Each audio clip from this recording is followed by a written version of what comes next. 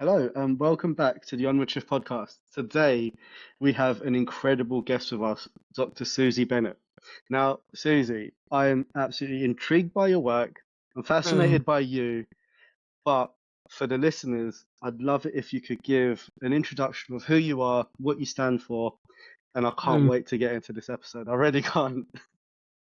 Well, thank you so much for having me. I'm really happy to be speaking to you and to your audience. So, I am Dr. Susie Bennett. I am a researcher that has been researching the issue of male suicide. I did my first study in 2018. So, for about 8 years now, this has been the sole focus of my life, basically, for the last 8 years, trying to understand what are some of the factors that elevate risk for men, and what are some of the factors that all of us can collectively do to try and reduce these horrendous stats that we have around male suicide. And those stats, of course, represent real people, real lives, real pain, real sorrow, real struggle. So it sounds kind of, it's always difficult when you're talking about suicide and you're talking about those things, but at the same time, it's the greatest kind of honor of my life, in a way, to be a part of this work and to be contributing to something that I feel so deeply. And I suppose when, it's nice how you ask me, what do I stand for? Because I think, more and more the work is about trying to generate space socially for us to have this honest conversation about the ways in which some men in our societies are really, really struggling, and how invisible that pain can be, and the collective responsibility that I feel anyone that's interested or invested in community living, in trying to create conditions that are tolerable for as many people as possible, then for those people, they have to start giving space to this issue. It's intolerable to me that there's so much silence, around it, society level. So yeah, that's kind of who I am, and the work that I do. And Susie, I'm going to be brutal here, right? Why do you care about men's mental health and male suicides? Yeah, it's so strange to me how we're so entwined. My life as a woman is so entwined with the well-being of the men in my life. Speaking from a personal level now, not just from a research perspective, but from a personal level, as a human being trying to be well in the world. My wellness depends on the wellness of the people that I love, many of whom are men. And it's so strange to me that we've created this social climate where we're meant to be kind of almost, at war with one another. I was really blessed in the sense that, I had some challenges growing up and some difficult things to face, but I had three brothers I was so close to. So, and we were four of us, 4 years apart. So we were a real gang. So I really grew up surrounded by male energy, and that, deep kind of love and care and protection that I received from my brothers, and that I reciprocated to them as a sister. And so I'd always had a great joy, I suppose, of male company and male ways of being. And I remember I started my research around the time when the sort of Me Too movement was really exploding, and with it, this conversation about male privilege, male power. And at the same time, I remember seeing the statistic from Calm around suicide being the biggest killer of men under 50. And I thought, there's a huge piece of the story missing here, between this idea that's being proclaimed of men having all the privilege and men having all the power. And the biggest thing that's killing men for under 50 is deaths of despair. Like, those two things do not make sense to me. There must be, more that's going on here. And Vish, on a personal level, like, doing the work has changed me as a woman so profoundly. And I think it really I came into the work as somebody who felt they carried kind of a deep love and affection for men. But I think through doing the work, I realized more and more how disconnected I'd become from the reality of the kind of male experience. And I think through this work, it's really enabled me to, to build deeper connections. And, a lot of the men I've known have really struggled. And, the huge parts of this work began as a personal journey to try and understand what it is that can lead somebody to feel that their pain is so overwhelming that they cannot bear it. They feel in that moment of suicidal crisis like they cannot bear it. And yeah, I've just through the work met so many great men who've really sadly had very difficult lives, challenging lives. And yeah, like I say, it's a great honor to do the work, and it's painful to see even your question, which I completely understand why you're asking it, but it's also fucking mental that it should be a question as to why. I understand why I would ask him if I met a man that was researching something about the female experience. It would be a question that I would ask. We should live in cultures where it's a complete no-brainer that we would be invested in each other's well-being and experiences and wanting to kind of understand that on a deeper level. Honestly, what a beautiful response. You're not doing it for money, you're not doing it for glam, you're doing it because you care, Yeah. genuinely care. And honestly, it's so refreshing and so blissful to hear a woman coming out and just saying, I'm doing it because I fucking care. Yeah. Together we're stronger, and I've always believed that it doesn't matter if you're a man, doesn't matter if you're a woman. What matters is unity, because men can't live by themselves on this planet, and women can't live by themselves on this planet. But right now there's this horrible friction, Yeah. and I've got ADHD, and I listen to the videos, and it hugely disturbs me at how much men dislike women and how much women dislike men. And I'm very blessed that in my life I haven't come across it personally. Like, I've got an incredible network, not a very big network, but the incredible network I have of like 5 people. They're, men and women, and like I don't witness that hatred in real life, but on social media I see it all the time. And like similar to you, I just think when we come together, we can create incredible things, and we can have empathy and compassion, and we can, have love for each other. And that's, I think, the mission of this podcast. It's not how to separate the sexes or genders further. It's how can we bring people together and spread positive awareness Mm. through your research. Yeah, absolutely. Like, yeah, for me, this work is a massive labor of love. Certainly, it's not you don't make money. There's I've had many years of real financial instability and uncertainty. I still have them. I have my funding runs out the end of next month, and I'm back to not having a kind of income and not knowing.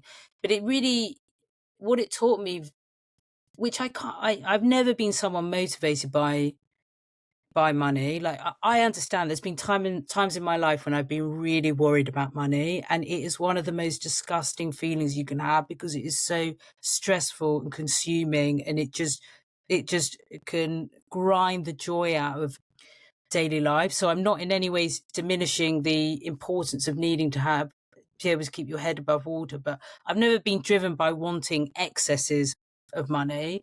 And I think finding work that is so fulfilling for me, I honestly, maybe it sounds cliched, but I feel one of the richest people in the world because I feel such a sense of purpose from what I'm doing, and I'm brought into connection and dialogue with people that are also wanting to put their energies towards making change in the world, because for me that's where I really come alive. Like I love people taking care of people. I absolutely, it makes me just high as a kite. It gives me such a feeling of joy. And in this space, Vish, there's so many, I'm exposed to that so often because there's so much stuff, grassroots stuff that's happening, of people trying to make a difference on this issue and trying to create support and raise awareness and things like that. So even though there's of course really emotionally challenging aspects to the work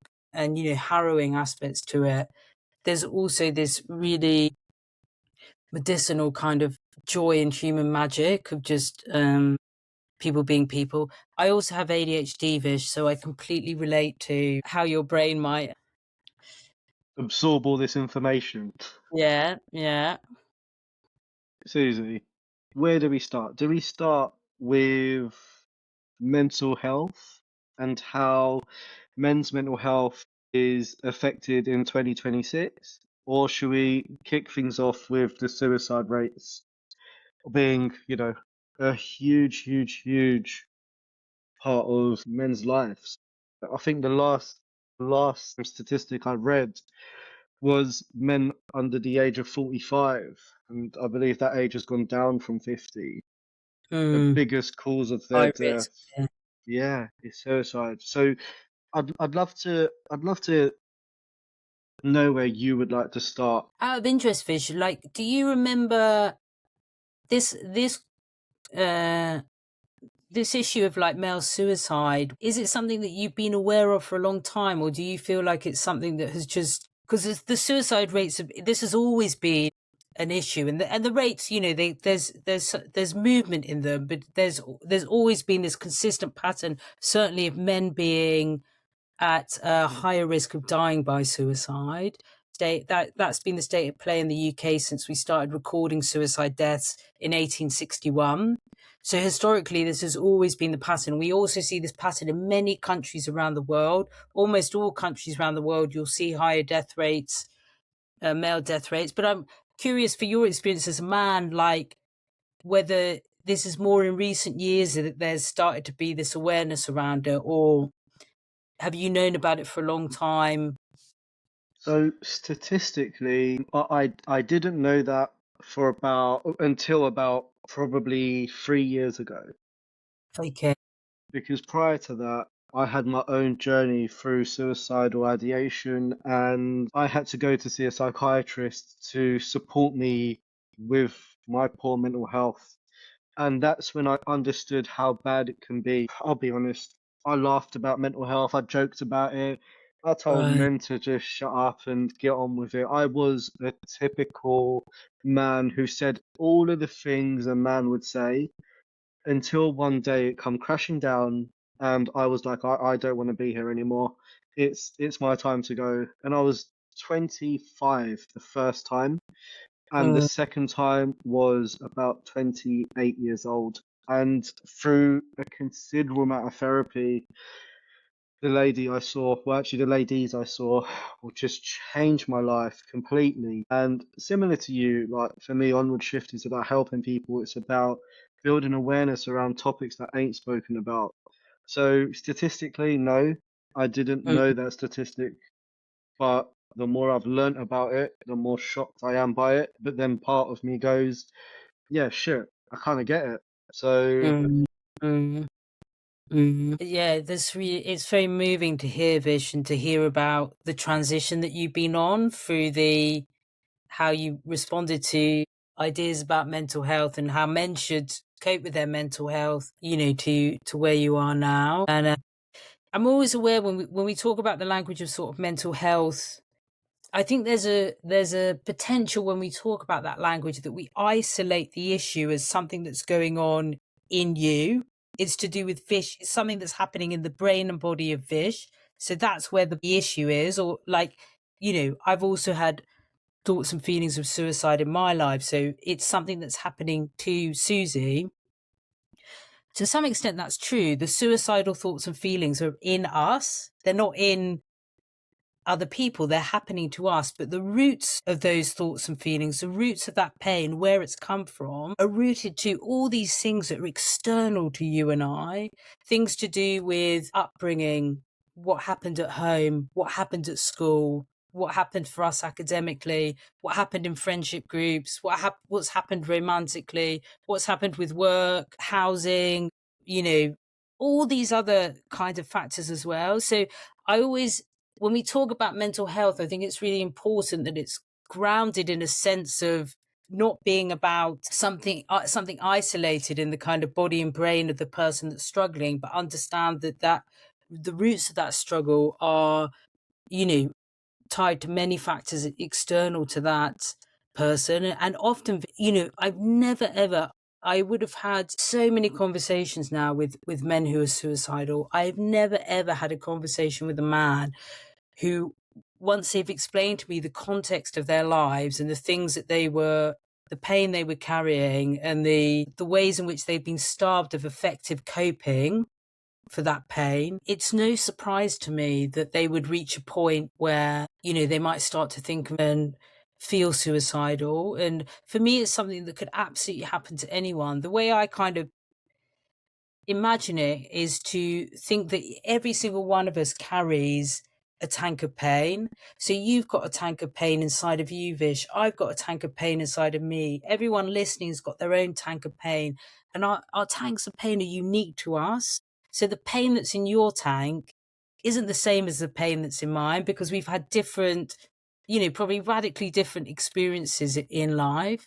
But I imagine that every single one of us kind of has this exposure pipe at the top of our tank, and different experiences in our life, both currently and historically, can pour pain into that tank. So there might be current stresses. Like for me, I'm worried about finances at the moment, but I may also have historical things. Maybe I have an activation of a memory of something that's very difficult from my past, and that's pouring pain into my tanks. We've got these exposure pipes coming into our tanks. And then if you imagine a pipe at the bottom, which is kind of the regulation pipe, which, when you've got a good, strong regulation pipe, it helps take pain out of that tank so it's not building up.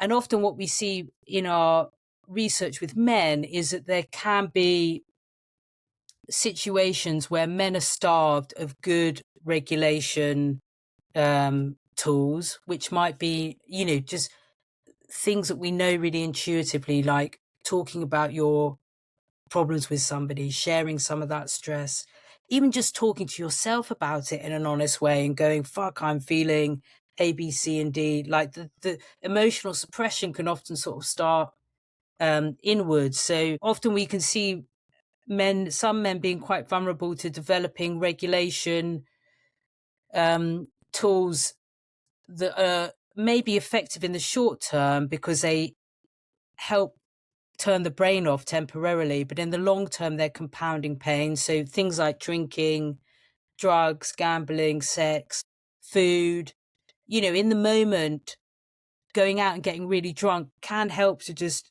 turn your brain off for the night. But obviously, you then wake up in the morning and things can feel shitter than ever. So if you've got high exposure to pain and regulation tools that aren't helping that regulation pipe to move pain out of your tank, then that pain can just build and build. And I think any person, when the pain in their tank gets too high, anyone can reach a threshold where it just feels unbearable. And in that moment, you may start to feel like there's no way in which to cope with your pain other than ending your life. So for me, that's kind of, I don't see sort of like suicidal people over here and non-suicidal people over here, in the sense that there's something kind of like mentally different about the two. So for me, it's just all of us ordinary human beings. Some of us have been exposed to higher levels of pain and been afforded poorer tools to regulate that pain, and that any human being has a limit to how much kind of pain they feel that they can, endure. Of course. And I think that's really beautiful the way you've said that it's not an isolated issue. it tends to be several different factors that play a huge part in anyone's life. And when you compound all of that together and you don't have any resources to have an outlet, that's where the huge problem is. And when we look at men, loneliness is a huge factor. Yeah. The man up culture is again another huge factor. Having no family, no friends, not learning how to communicate, also vocabulary. Like a lot of men I find they can punch a wall really well. But you ask them to go, what's wrong? And they're like, I don't fucking know, I don't fucking this, I don't fucking that. And it comes across as aggressive. But the Yeah. truth is they don't have the vocabulary or knowledge to go, mate, I'm feeling anxiety, and my anxiety is due to my work having, recently changed, or I've recently had to move house because of X, Y, and Z. And I just find men don't have the vocabulary to actually feel and explain what they're going through. For me, Vish, it is. First of all, I think what you're saying is very, very moving. Whilst it's in my mind, just to say, you're absolutely right. Suicide is never about a single factor. So the way I think of it is like a symphony of sorrow. If you imagine going to watch an orchestra play, you know that the music, the sound is produced by lots of musicians playing multiple instruments all at once. And for me, a symphony of suicidal sorrow is the same thing. It's multiple risk factors, all in interaction with one another. So we absolutely have to kind of move away from this understanding that there's one thing that might cause, to cause suicide.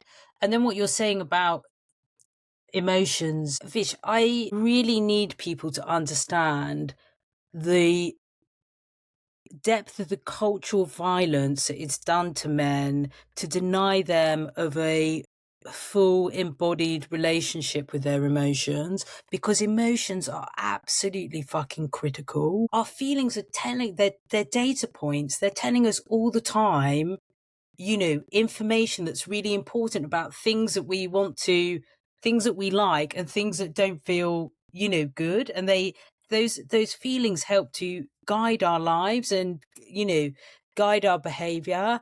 And I think to have created societies where we effectively say to half the population, suppress your pain, cut yourself off from it, because it's not just about what you've said is really, really important. It's not just about, I think we often think about emotional suppression as not communicating your feelings to other people. And absolutely that can be a part of it, but it starts inside. It starts with the communication with self. And if you're being told to suppress things, then they become dangerous to feel. So I don't want to know about it. So you start to then cut your own kind of like brain off from your bodies and your feelings. And it's, for me, it's such a deep, deep, deep, deep violence to do to a species that are a feeling species. Like, for me, it's so bananas. It's so bananas. And the one thing that I would say, because I don't want to in any way perpetuate the idea that men are kind of emotionally stunted in some ways, because in my experience, when you give a man space to really talk about what he's feeling and really listen to understand, not listen to correct or qualify or Yeah. make better, just listen to understand. I find men to be unbelievably emotionally eloquent. I don't experience any kind of gender difference when they are given that space. But I Mm. know that not everybody has access to that space, and there's complications kind of around it. But and the evidence shows that there's no, as far as I understand it, no difference in what you and I feel. The difference comes in what we express. And again, that expression is not just to other people, that expression is also to self, communicating to yourself about what you're feeling. So, and I do also have to say, Vish, at certain times, emotional suppression is very helpful. It can be a good strategy. There can be certain situations where suppressing your emotions temporarily is the best strategy you have in a difficult environment. Would But an over the long term, example, sorry, would an example of that be somebody's beat their horn at me and middle fingered me? I guess at that stage I should suppress my emotions because I don't then want to go get into an argument or a fight with somebody. I guess that would be, is that correct thought process? that's a beautiful example. And as someone that suffers with terrible road rage, it is something I'm constantly aspiring to and not achieving. Yes, exactly that. It's understanding. This is what I think of emotions.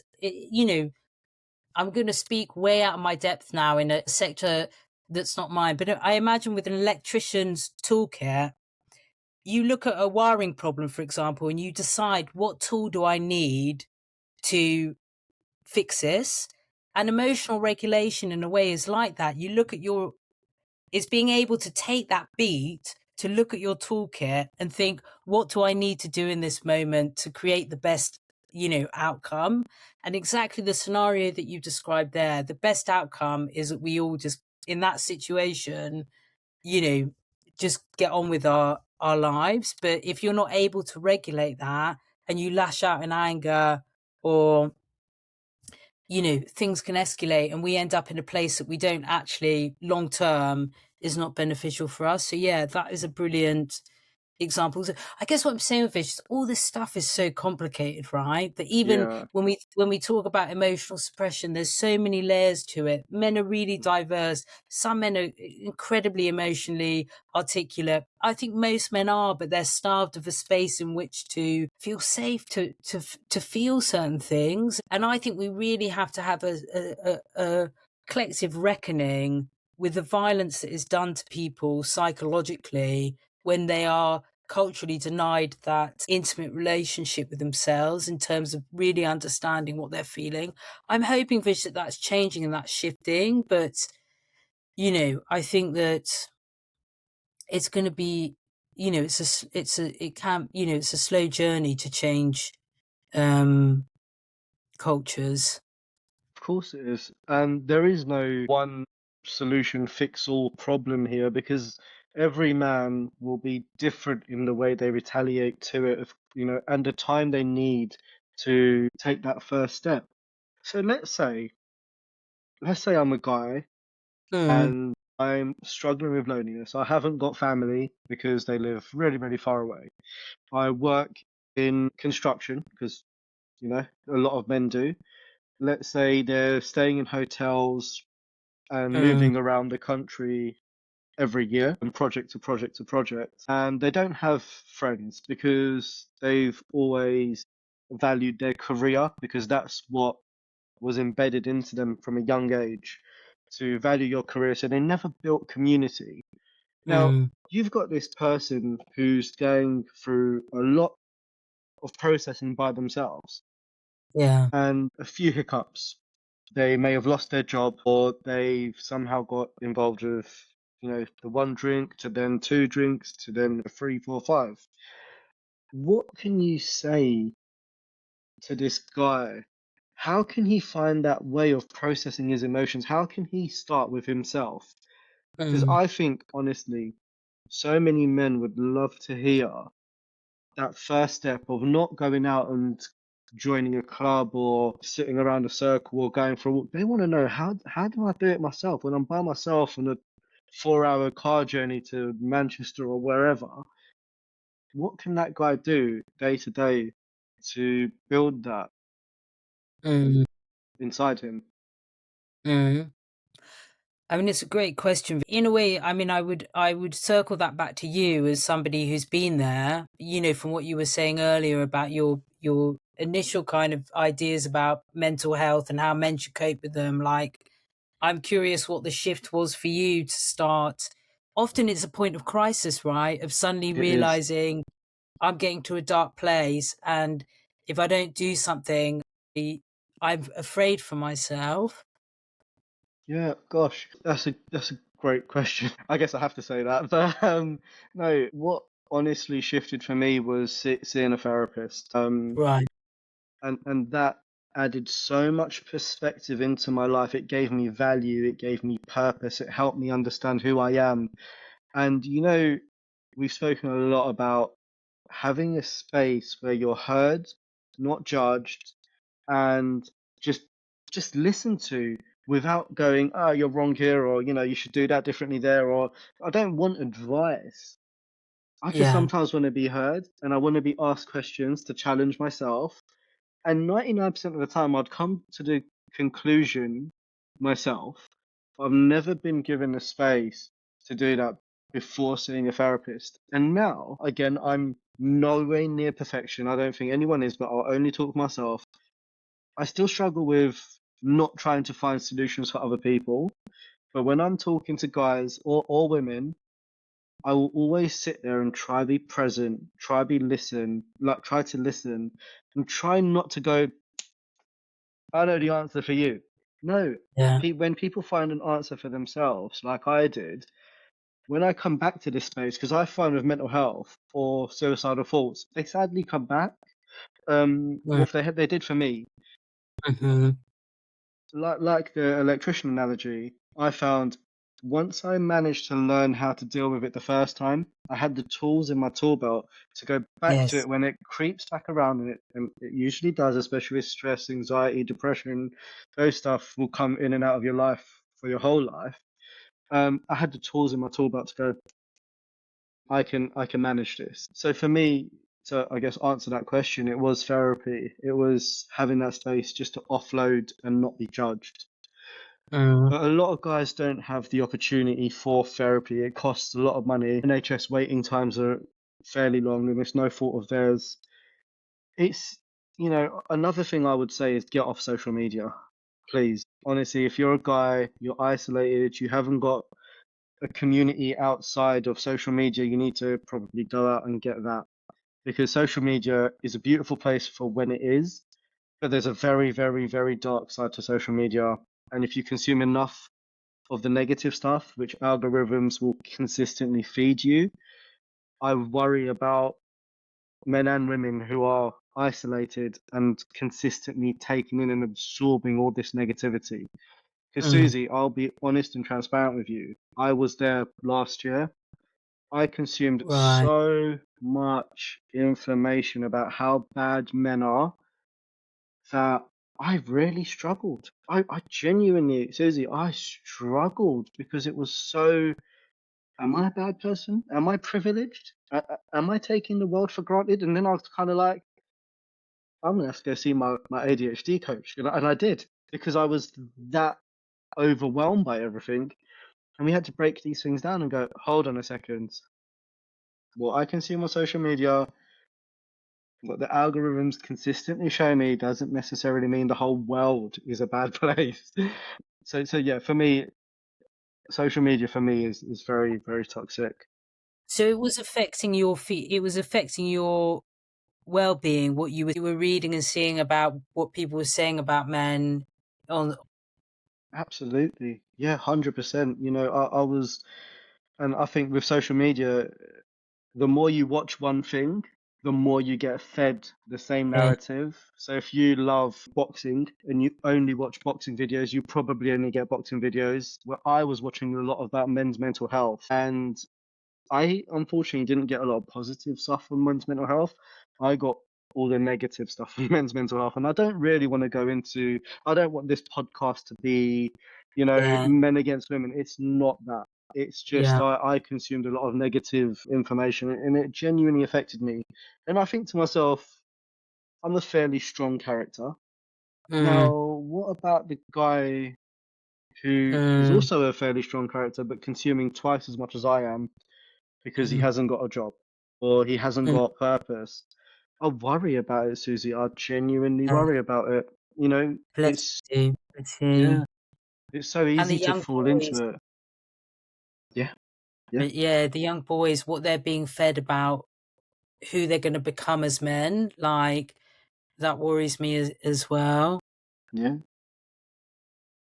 And just to go back to your earlier point, because I think it's such an important one about the toolkit and about Hmm. the fact that, I also, as I said, have thoughts and feelings of suicide I had them first when I was about 18, and I had them last summer, last August was the last time I had them. So absolutely, like you, it's a reoccurring feature of my life. So it doesn't, it's,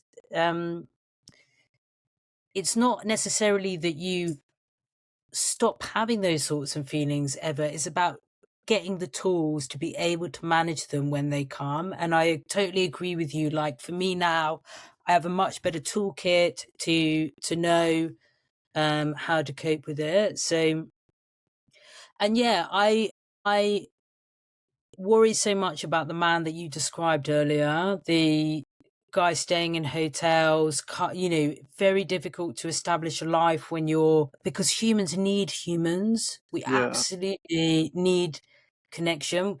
We do not need connection with everybody, but we need that core group. I think you mentioned that you got 5 people, perfect, that you presumably, you trust them, you can, feel meaningfully, intimately connected with, a certain core group of people. That is absolutely critical to human functioning. And I feel so strongly a moral responsibility to the organizations whose profits come from a labor force that have to live in a way where they are cut off, where it makes it more difficult for them to to meet those human needs. I think absolutely there's a corporate responsibility there for these construction companies or whoever it is to be thinking about, how do I take care of my staff and support them in meeting those needs. I don't know at this point what that looks like, but and I totally, Vish, we did a study with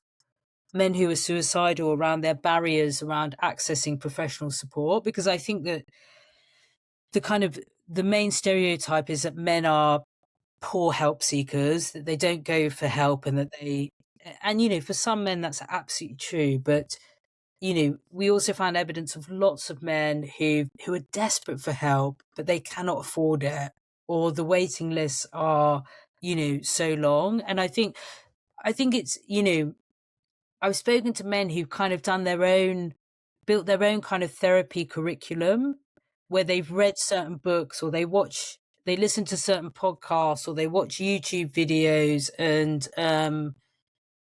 certainly I think prior to this sort of new turn that Jordan Peterson has taken, but in his early days, I think he was a huge therapist to a massive group of men that maybe couldn't afford or access therapy, and that would look to him for kind of, all of us need, even if we pretend we don't, like, we need some guidance about how to survive in this world. mm, I think that I feel so much for men who've been starved of that in their lives, and then with the pressure of having to be men in the world and feeling like you need to have it all kind of figured out. And what I would say, Vish, I'd be interested in your experiences as well, because I've also had therapy, and I agree with you, the importance of just, it helps you make sense of who you are, of what's happened to you, and how it affects you. And you start to realize, in this moment in the present, I'm responding in a way because of a historical activation about a situation that isn't really about what's happening now. And so that understanding helps me have a better toolkit to know, actually, I can do differently in this moment because I understand why what's happening is happening to me. But it's also really, really fucking exhausting at times. Like, you have to, it's, I think therapy can be a very emotionally challenging experience as well. I don't know what it was like for you, but, confronting aspects of yourself can be really, difficult. And certainly for me, I had to try a few therapists before I found someone that I felt safe with, because that is so critical. If you're going to absolutely. talk about things that you've held back for decades, it has to be with the person that you feel, safe with. Absolutely. A really interesting, what you were saying before is, I've got a little saying for it. It's hysterical usually means historical.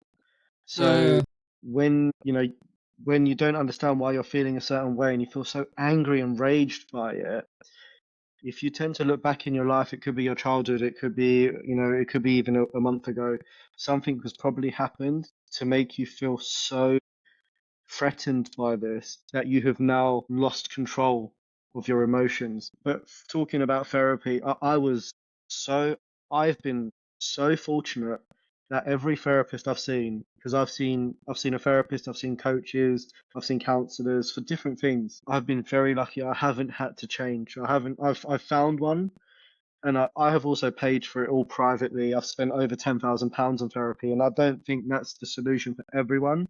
It's just I Mm. become very obsessed with wanting to be the best version of myself. So I consistently invested in it. So I've seen nutritional coaches all the way to ADHD coaches to counselors to psychiatrists. So I've done quite a lot of self-development and learning about myself. And yeah, you're absolutely right. Like one tip I took from my therapy was at the end of each session, because you're absolutely right, Susie, they do go deep and sometimes they're uncomfortable, but that's okay. That's understandable. I always used to give myself a treat.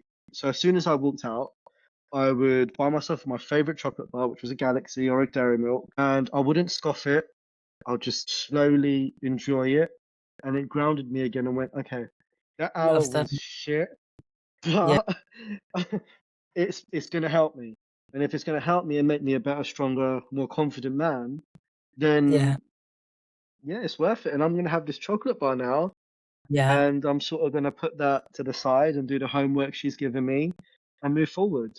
But Susie, I really want to learn more about your research and Mm. what your findings are. Yeah. Just two things quickly. First of all, I don't want to give anyone the impression that therapy is the only way Of course. to get out of the whatever you're feeling. Like the main thing, what I think we both completely agree on is that therapy helps us understand ourselves better. And there are different, you can get to that in different ways. Like I said, like reading books, listening to a podcast. I used to watch there was the TV show Couples Therapy, Okay. which you watch couples in therapy, and I watched that, and it would help me so much because I'd see my behaviors in one of the couples, and then I'd listen to the therapist giving her feedback, and then I would pause and I would think about it for a while, and I go, oh my god, this is me, and yada yada, long taking big walks and just thinking things out. Or there's lots of ways in which you can start to learn about yourself better. Like song lyrics for me can be a great source of learning about self. You're so, so, so right. The reason we have so many different services, so we've got coaching, counseling, toolbox talks, we've got a check-in buddy system, we've also got blogs, podcasts, walk and talk events, Brilliant. and newsletters. The reason we've got all of those services is because you're right. Therapy worked for me magically, but listening to podcasts, reading a considerable amount of blogs and other people's experiences, doing coaching, counseling, it all placed a huge, huge, huge part in my life. And we've also got the walk and talk events in Colchester. That also, like, I could honestly, I'm not exaggerating this. I'd wake up on a Sunday morning, say to my missus, babe, I'm off for a walk. And she'll be like, how long are you going for now? I'm like, I'll probably do a marathon. And we'd laugh about it. And I'd genuinely go walk a marathon. I'd walk from Essex to Shepherd's Bush in central London. Yeah, so in West London. So yeah, so yeah, it's funny you say that because you're right. Therapy is one of the many tools you can use to help yourself. Yeah. Um, but yeah, I've really wanted to know about your findings and Yeah. more about your studies, I'm going to share one last thing and just get please. into that. The other thing I want to say is that when we think about our emotional regulation toolkit, it doesn't always have to be big things. Like this big insight that I've had about historical Susie that's impacting current Susie. It can be a small thing, exactly like you described in such a beautiful way of going and getting that chocolate bar, of understanding, going and eating that chocolate bar in a slow, mindful way, help just ground you out of the emotions of the session back into normal life. That's such a beautiful example of regulating your emotions in a way that it's not a big, it's like a EP chocolate bar, but actually it has huge, in terms of your pain tank in that moment, can be really helpful. So in terms of my research and what we found, so I guess if we start from the beginning, so we have this question of why are men dying at higher rates than women? What can account for that risk? And then for me, there are kind of like two paths that you can walk down when we think about what might be different between men and women. The first is biological differences. You have a different, biological composition to me as a woman. And there's research that other people do looking into that, and stuff that indicates that both too high testosterone and too low testosterone have been potentially associated with suicide risk. So there's this big question about how male biology may elevate men's risk. And then if we think about differences between men and women that are non-biological, that's when we get into this world of culture. And what I mean by that is we've both been raised in societies, communities, families that have told us ideas about how men and women should behave. And we've then internalized those ideas, and it shapes how we think we should be in the world and our expectations of each other. So because of my gender education, have ideas about how I should be as a woman. I have expectations about how I think men should be. And there's huge, those cultural ideas that exist externally to us that we absorb, we internalize, have tremendous impact on our psychologies, and in both what can be really wonderful ways, but also really kind of dangerous and difficult ways as well. So that's where my area of work tends to look at more, is how do these cultural ideas impact men's suicidal pain, and impact it both in terms of how it impacts the psychology of men who are suicidal. So how you, for example, Vish, may have thought and felt about yourself historically, but also impacted the people around you and their expectations and ideas of men, and how male pain is kind of read and understood and responded to in our societies, which is also a huge part of the male suicide crisis as well. And so, like I've sort of explained already, for me, suicide is an act of pain.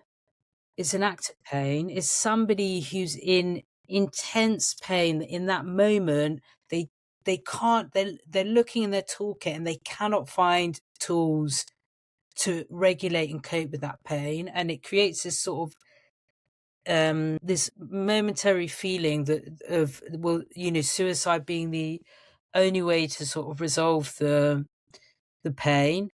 And so if we accept that, Vish, if we say, okay, suicide is a response to pain, the next question is, well, what causes that pain? Mm-hmm. And for me, I think, I don't know if you play an instrument, but I play the piano, and I think of a chord on the piano. So let's say we got 3 notes in our chord Mm-hmm. of pain. There's 3 notes in that chord of pain. And I think irrespective of your gender, if you're feeling suicidal, you've got those 3 notes potentially are a part of this chord of pain that you may be feeling when you feel suicidal. And that first note is about your relationships with other people. So your ability to feel meaningfully, intimately connected with not loads of people, but a certain number of core people, to feel connected, to feel safe, to feel like you belong, to feel like you matter. And that there's some dysregulation in that area of your life, which is one of those notes of pain. I think the second note of pain is about how your relationship with self, so how you think and feel about yourself. And I think often in a suicidal crisis, we can see people feeling really violent, painful thoughts about themselves, about feeling like a failure, feeling unlovable, feeling worthless, feeling, that you don't have consequence. And then that third note of pain is about your relationship with your emotions. So your ability to be able to regulate everything that's going on for you, because emotions, when they become dysregulated, can become so consuming. And so for me, I think in a suicidal crisis, you have those three notes of pain in terms of connections with others, thoughts and feelings about self, and your relationship with your emotions. And that there's been, for whatever reason, and it will look different for each person because of the unique circumstances of their life.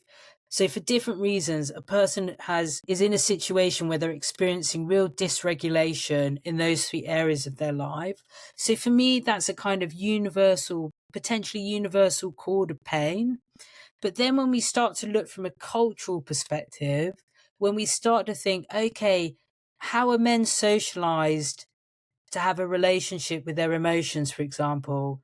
Okay, well, there's high suppression around certain emotions. Don't be vulnerable. Don't show your pain. Those kind of cultural ideas are going to potentially increase the possibility of a man's exposure to dysregulation in terms of their emotions. If we think again about how cultural ideas impact men's relationships with other people, if I'm being raised in ideas of emotional suppression, keep your vulnerability to yourself, be self-reliant, be independent, be in control, don't show weakness.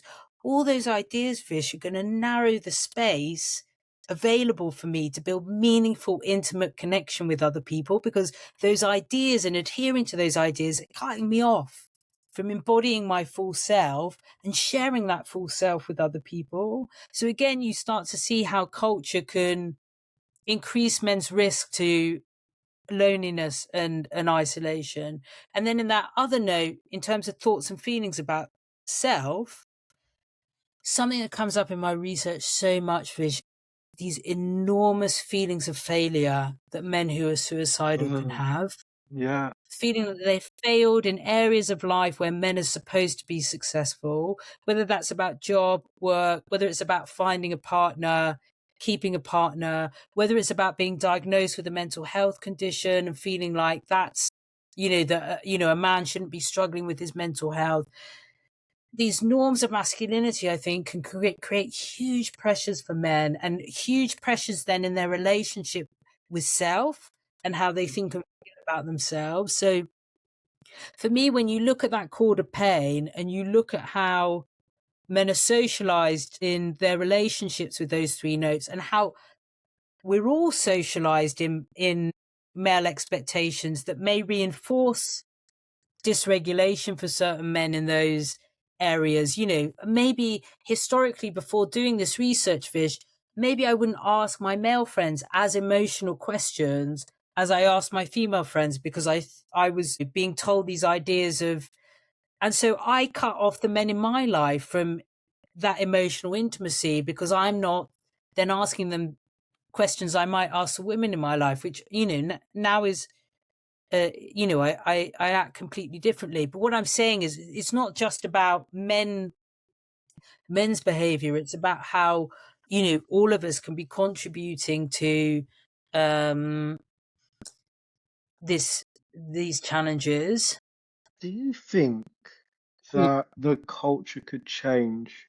Because from what I'm hearing is, I think, Susie, you've worked on yourself so much, and I've also worked on myself so much, that we've come to a stage where I have genuine empathy for your past and what you've been through, and I have love for the energy and work you're putting in right now. What I'm seeing in society and culture at the moment is a lot of disconnect. Do you Yeah, think there's a way to connect us again? And yeah, how do we go about doing that? yeah. Yeah, I mean, Vish, we're connecting right now, and so it's happening all of the time. I think it's energetically, you have to go and find those spaces and be a part of it. Not everybody is on their journey ready to, if we got into a time machine and went back 10 years ago to meet Vish from 10 years ago and try to have this conversation with him, Thank God we didn't.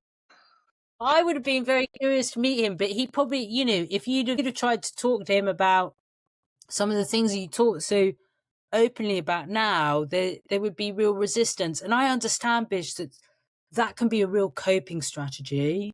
You know, for some people, that is how they feel they need to survive in the world. And I really, I have compassion for that. And even going back, not to take us off point, but when we were talking about therapy earlier and stuff like that,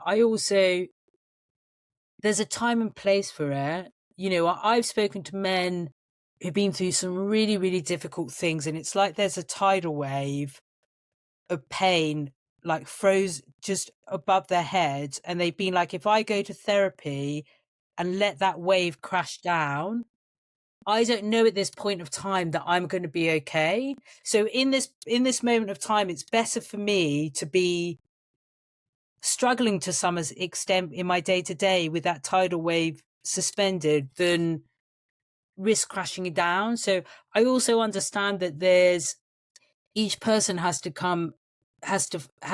find the moment when it's right for them. But at the same time, I also know that fear can be a real, can delay that. And it has to, you have to be really honest with yourself about what's going on for you. I think that's Please. actually a really good point again, because like we said earlier, and I think this is a point we should really push on, it's therapy is a tool in the toolkit. And some people may see that as the absolute deep end, but it's okay, because you can start by just listening to this podcast or any podcast out there. You can start by reading a book, and it doesn't have to be a self-help book. It can just be a book that allows you to escape reality for a little while.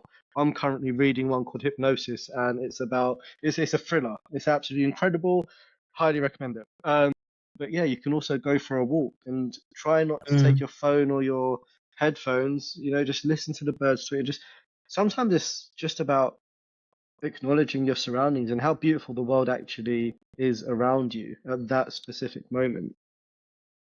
Vish, I completely agree, because I'm a real tree nut. I fucking love trees. So for Yes, me, I love going for a walk and just being like, oh my God, the trees are, um, you know, absolutely incredible.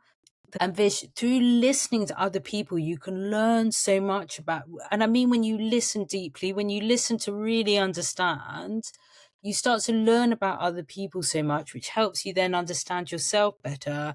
But also, one of the most important things for me, Vish, was to understand that everyone is in pain. I've never met a person who's not in pain. They may say to me, I'm fine, but when you really listen, you can see the points of distress that they may not be connected to themselves. And when you start and it helped me, Vish, understand there's nothing special about my pain.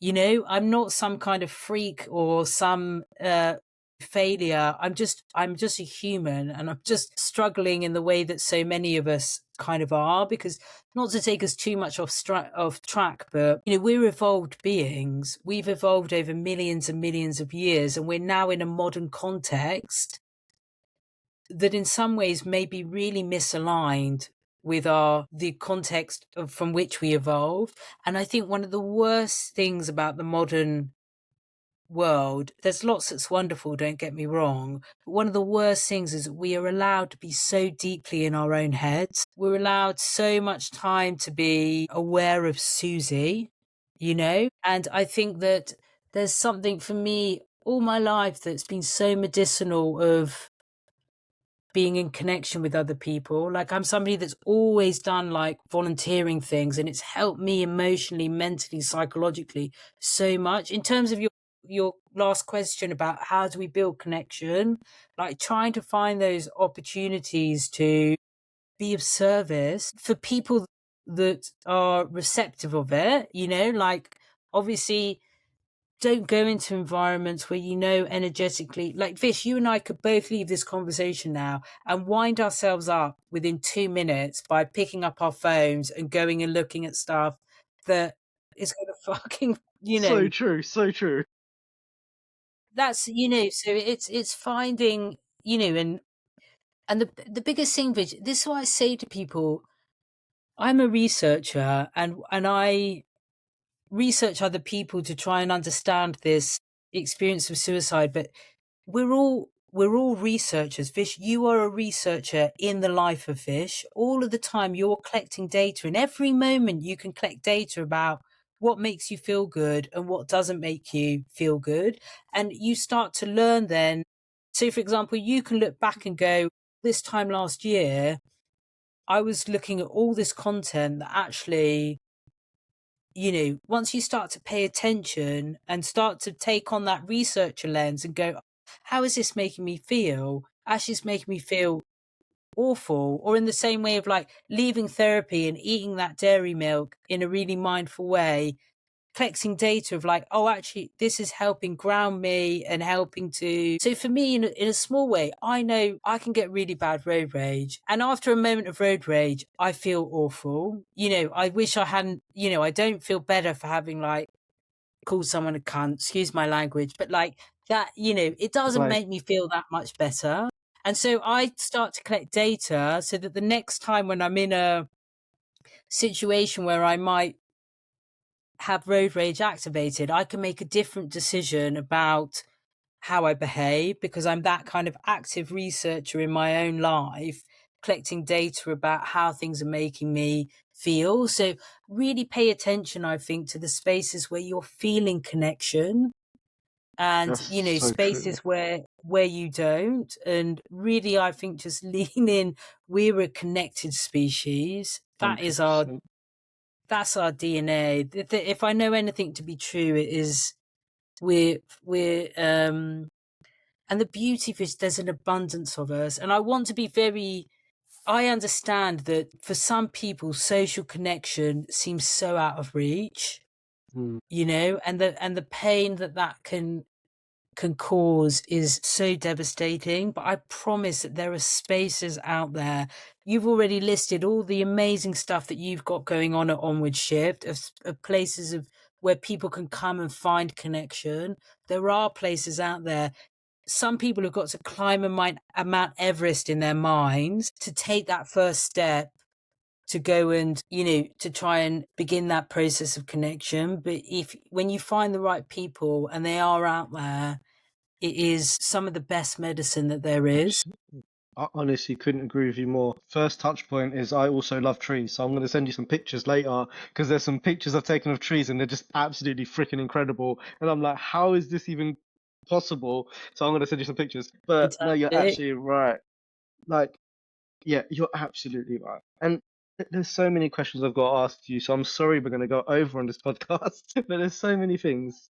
Like, you touched on something which was so, so, so heavy, not just for me personally, but for so many people I know. And this, I know we're focusing on men here, but I would also just say this is probably a topic that affects everyone and anyone, and that's failure. Mm, I want to know what your research has shown around that, and maybe I can share a personal experience of how please. failure takes over my life consistently. So, Mm. would you like me to go first, or do you want to share the research first?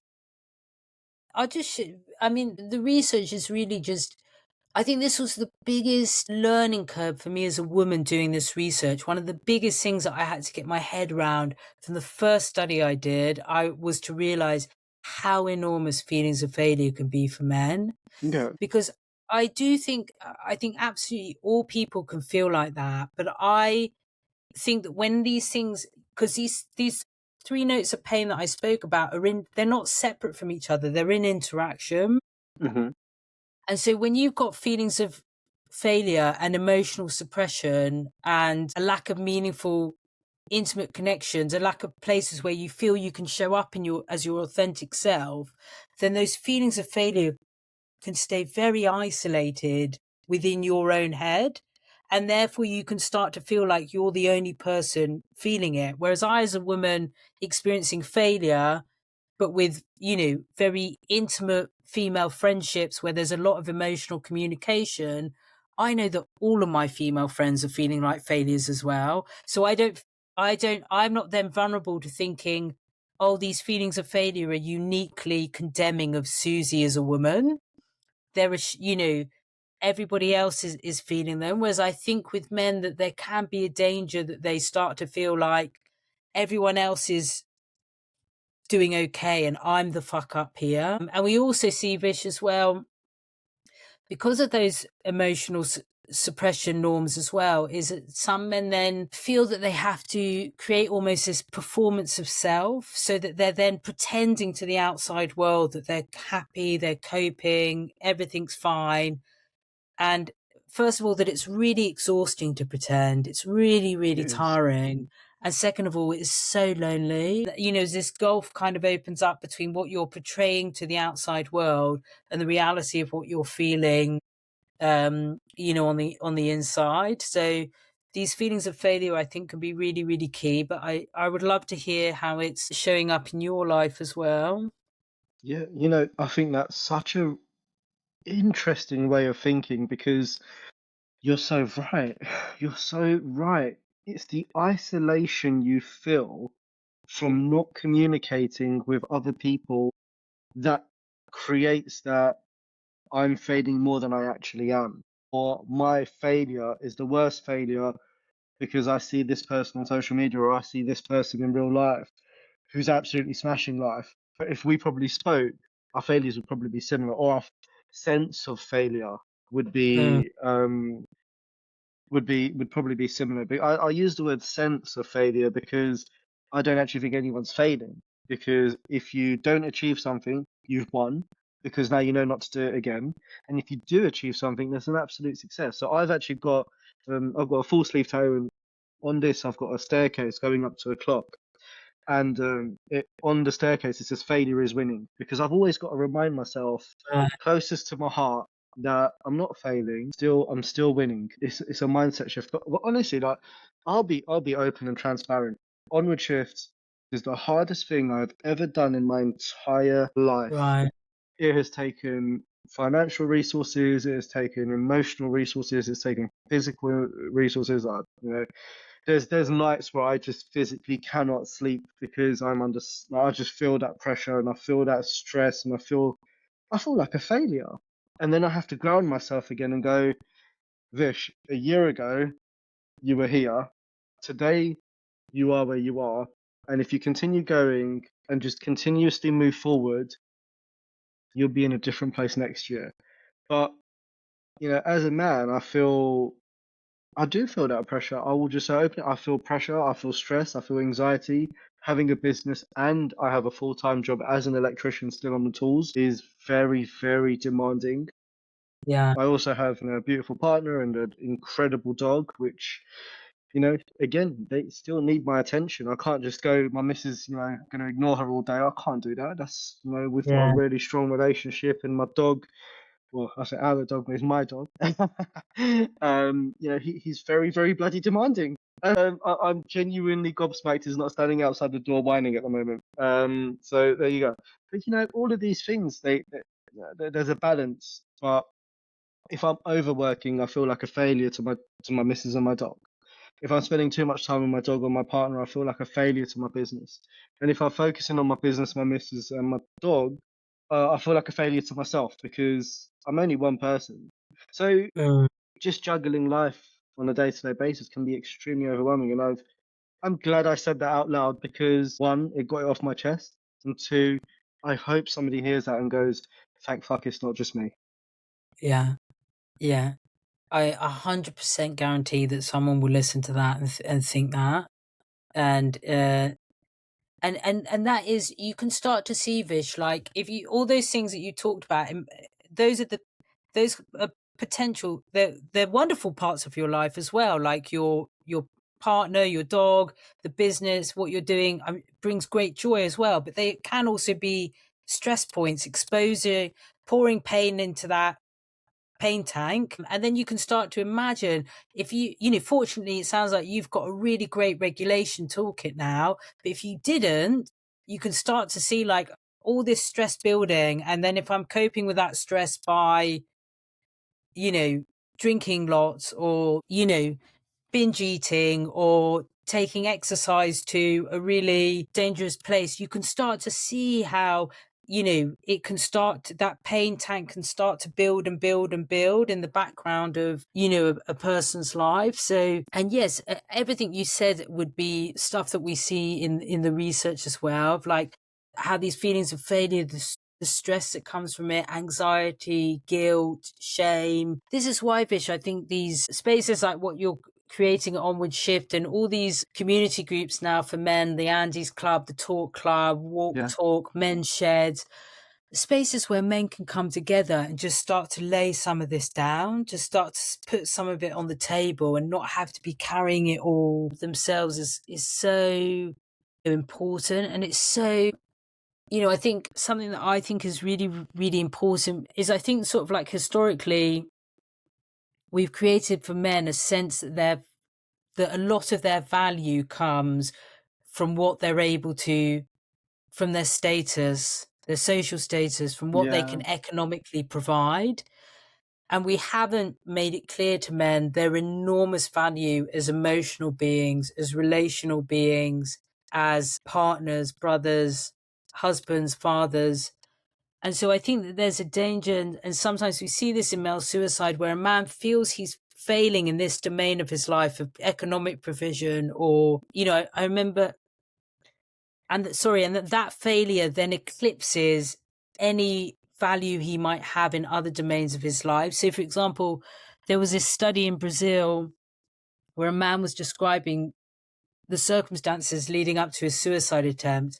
And he basically said, I tried to start a business for my family and I lost money and it failed and I had to close it down. And so there was no other alternative for me except killing myself.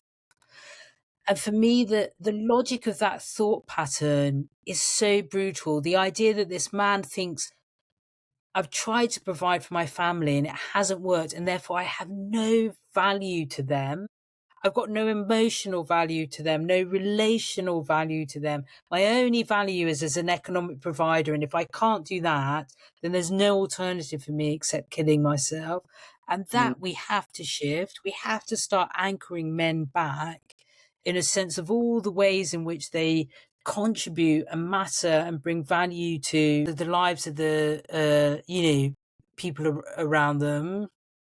absolutely, absolutely. I couldn't agree more. I think for me personally, I see it as every person on this planet, doesn't matter who you are, where you come from, what your color is, or what your gender is you all matter and you're all here for a reason.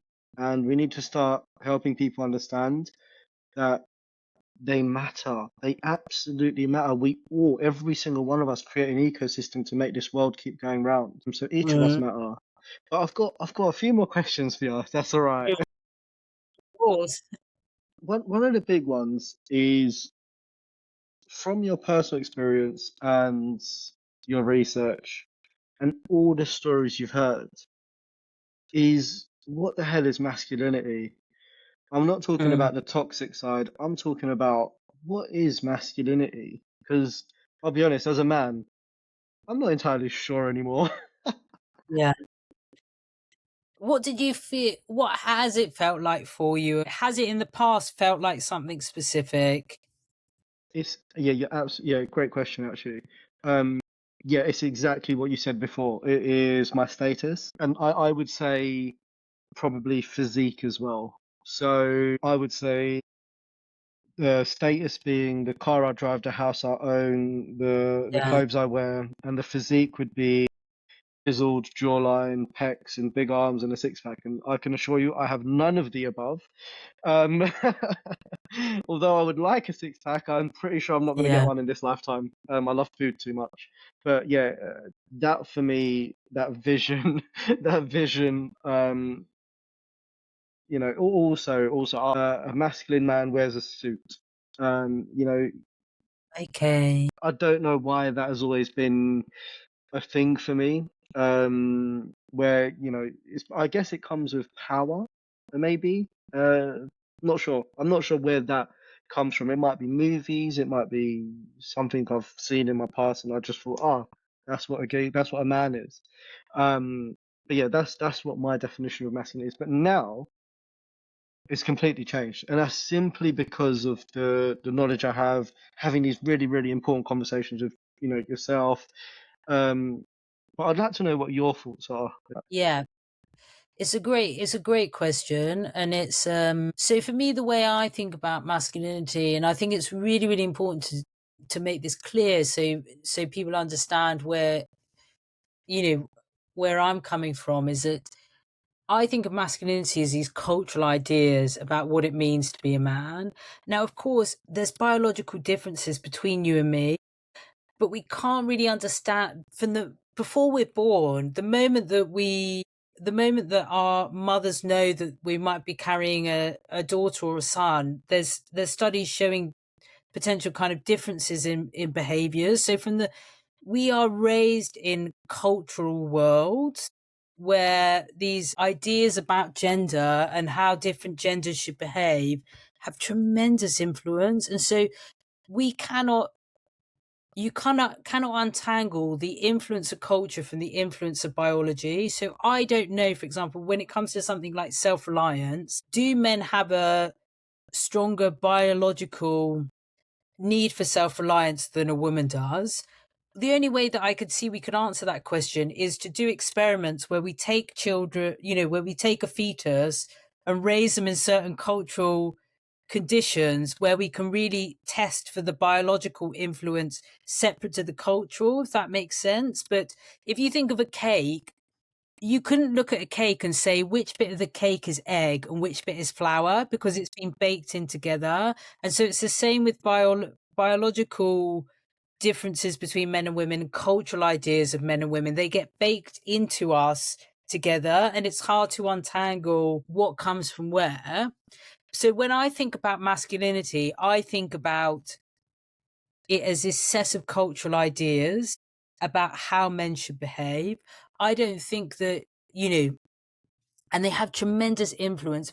If we went into if we got back into that time machine and we went back 100,000 years ago to meet some of the early Homo sapiens, cars didn't exist. There weren't gyms.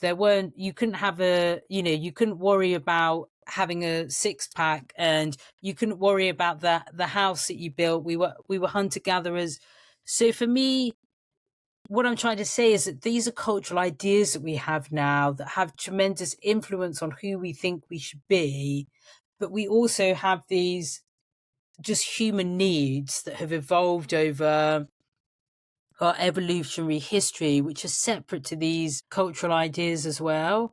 And so for me, I think of it as, I try as much as possible, even though it's difficult, to try and keep the separation between, there's no way that, like, you cannot turn your feelings off, Fish.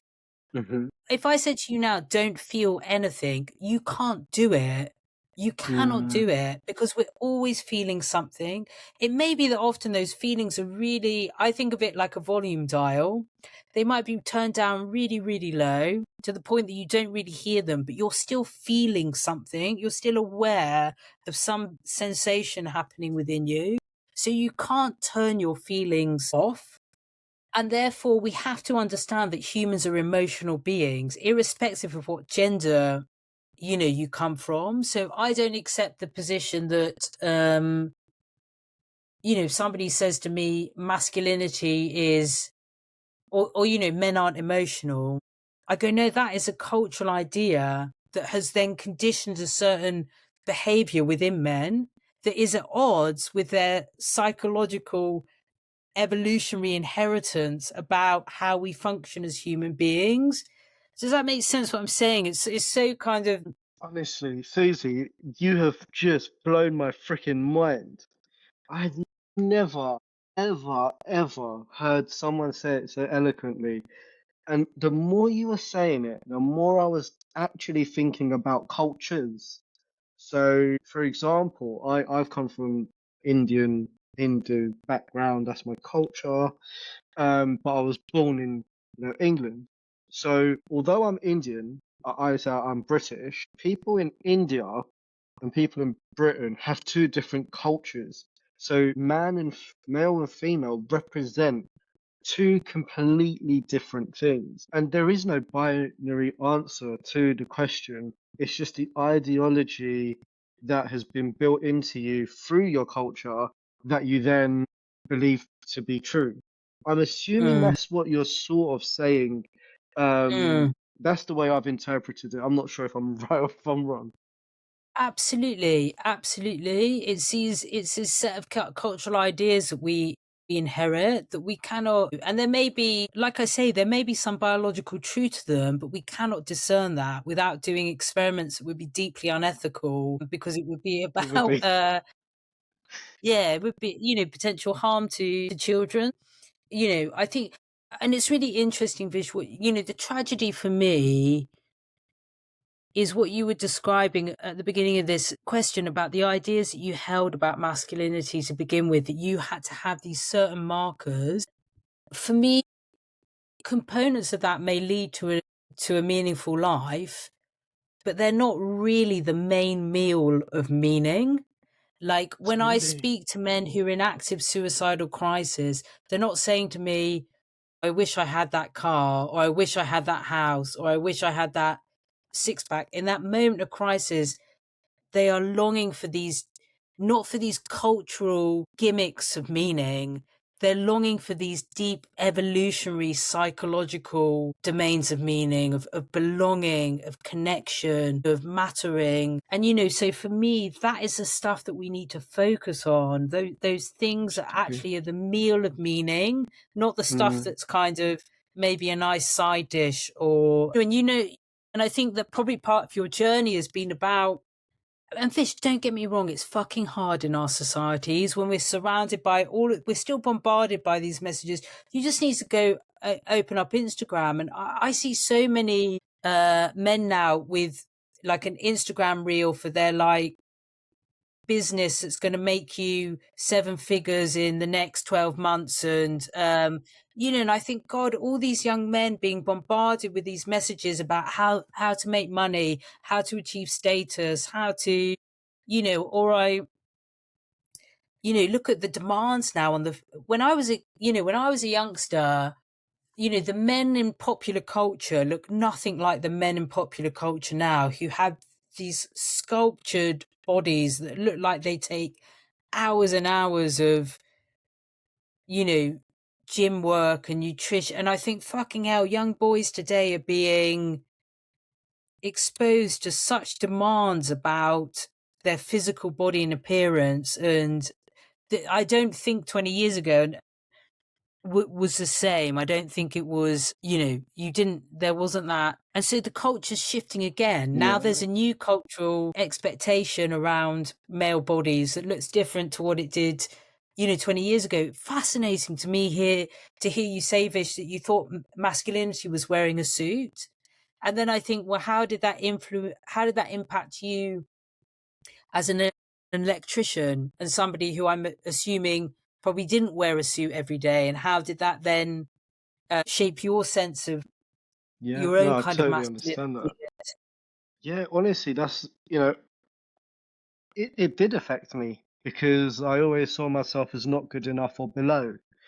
But from all the knowledge, research, conversations I've had, my definition of masculinity has changed a considerable amount, probably over the last year. And honestly, what you said before was just so spot on. Like now, for me to be a man, I want to be deeply, deeply connected with people.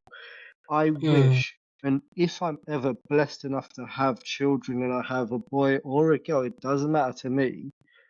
I will teach them that community is so much more important than a pound mm, note. Pound note's important, it'll get you mm, places.